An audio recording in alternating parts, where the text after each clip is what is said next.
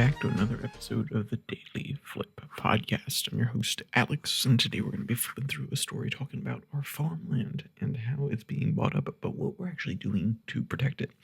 Normally, when this conversation comes up, everybody's scared. Why is China buying our farmland? Why are they getting our secrets, so on and so forth? Why are we giving them access to our food supply? Well, in this case, there's actually some actions being taken, and you guys need to know about it. It's not going to take the issue away, but it is going to ease your mind, hopefully.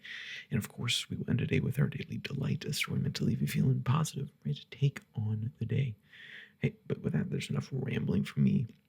Let's jump into our daily debate. So, what percentage of the U.S. population is actually subject to food that is produced in China? What do you think it is? The actual number is more interesting. I think it's not actually stated here in this National Review article, but I would love to know your opinion, and maybe I can reveal that answer to you in the next episode. But hey, with that, let's jump into this particular one, which is from National Review. The article reads, or the headline for the article reads, "We must protect one of our greatest national assets from China." So when we talk about large corporations, Chinese corporations, even private individuals within the United States buying up large swaths of farmland, it starts to set people on edge. This is obvious because it not only is our land in the hands of foreign nationals, but we're talking about land that is fertile, that produces the food that our food eats. And what I mean by that is the food that is given to cows, pigs, chickens, or the food that we eat ourselves, the food that goes into, or the products, in the case of corn, that go into corn syrup, which has been practically everything. The U.S. is a farming nation. Our economy has been built on the fact that we're subsidizing a lot of our farmers. And during the good old days, we had a lot of different crops that we were making money off of. We have a land that is uncompromising in its beauty and its fertility, and we have most definitely taken advantage of that.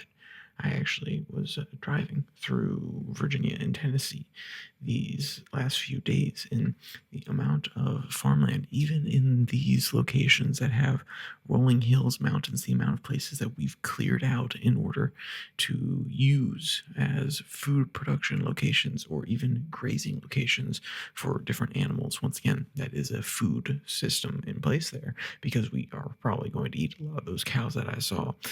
But the point being is, when we put these sort of things in the hands of our enemies, when we put these means of production in the hands of our enemies, of course it is something that is worth being concerned about.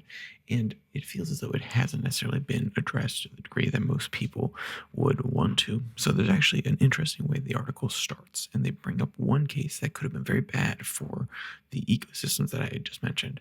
Quote, "A fungus alert in June 2025 may have prevented a food supply disaster, with two Chinese national researchers at the University of Michigan allegedly smuggling samples of a toxic fungus considered a potential agroterrorism weapon into the United States. The pathogen is responsible for a head blight and a disease devastating to wheat and rice and barley that could have destroyed nearly 150 million acres of crops," end quote. And I mean, that doesn't sound like it's something that we want here in the United States, right? Not to say that we don't have our own fungi that could do it, not to say we don't have our own blight weapons that could do it, but when a potential research element is brought in by foreign nationals under some sneaky guides in order to actually look at what's going on there, and it could be deployed in our nation, there's no doubt that that is scary to most. Now, once again, it is allegedly, so we don't know if these researchers were actually told to do it by China, but the fact that it's coming from them is scary. Now, it could be an actual case of we have plenty of other researchers that are doing it that aren't from China that are trying to get their hands on different things because they're fascinated to learn about these sort of things. And I'm sure that will come out. But because they are of Chinese nationality, it is definitely something that cannot be ignored and at least should be considered in the trial when they go out there.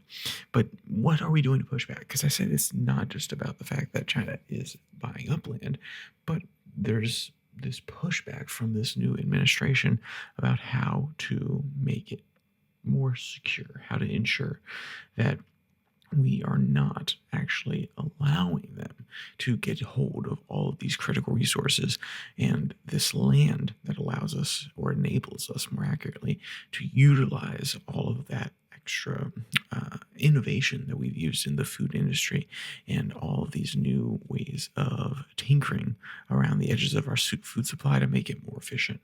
So here's part of what they're doing. Quote, "The good news is that the days of federal complacency in confronting this threat are over." How aggressive is that beginning line, by the way? But the author, he's passionate about this one. Quote, "Last month, Secretary of Agriculture Brooke Rollins launched her National Farm Security Action Plan, a necessary roadmap to secure America's agricultural future. The plan is informed by a deep understanding of the coordinated, strategic, and whole of society approach by the Chinese Communist Party to weaken America from within." And it goes into a few different little schemes in ways that it's limiting the Chinese government. Quote, "Sharpening the vital tool of the AFIAD enforcement and record keeping by hitting late, false, or incomplete filings with a fee equal to 25% of the land's value." And though we did miss a little bit of context here, this fee is actually very small right now. It's on a county by county basis, and it seems to be about $120 for every single piece of farmland that is not filed and shown that it is owned by a foreign national.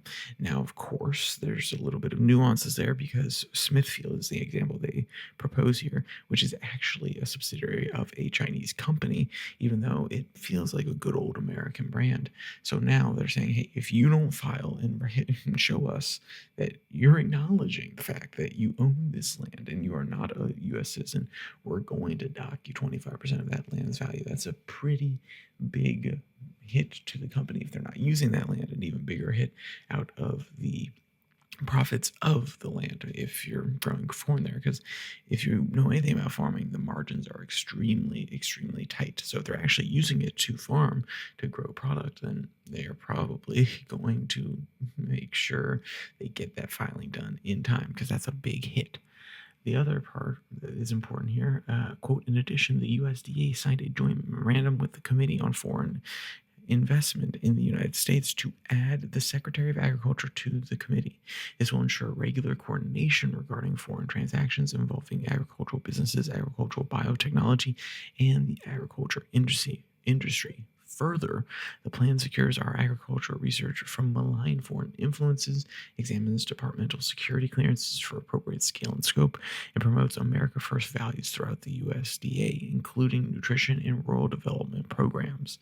Now, this is a sweeping plan, though it obviously has more room to grow, and I'll be very fascinated to see where the USDA goes with this implementation, because it feels as though they have a very long leash in order to get lots of different things done. The most dangerous one, in my mind, outside of owning the land itself, is the actual intellectual property that is housed or sold or stored on some of these different farms, which is actually the genetic profile of unique seeds that we have made for ourselves. And that's not to say that you can't get this and work backwards from some of the products of the seeds themselves. An ear of corn that possibly makes its way to China, they could probably reverse engineer some of the genetic markers for it. But having access to the seeds themselves and being able to analyze them, there's been millions upon millions of dollars of research put into making more resilient crops, more abundant crops. And this sort of thing is very advantageous to us, though there does seem to be some correlation between the amount of product that a plant puts out and the nutritional value of said product.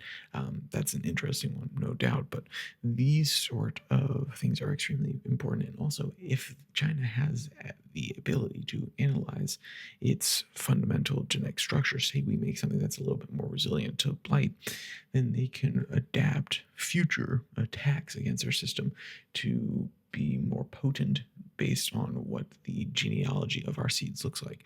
And that's a very fascinating one. It's a lot more nuanced. And what I mean by that is there's a lot more nuance to it. Not that, oh, well, China can do, no, not nuance in the way that there's both sides to it. Nuance in the way that there's a lot of information there that I don't truly understand. And that's why we need experts like this to take the lead, because it is a fascinating place and people like me are interested in it and want to understand, and other people are interested in it. And trust me, if China is able to reverse engineer a blight for our food system based on the genealogy of these seeds, you will be interested in it. So, but with that, let's jump into our daily delight. This one comes from our friends at Dog Time. Headline reads, "Dog feels sleepy after playing a little too hard." And it's a video of a guy holding his dog. The dog is dirty. He's been rolling around in the mud. It's an absolutely adorable video.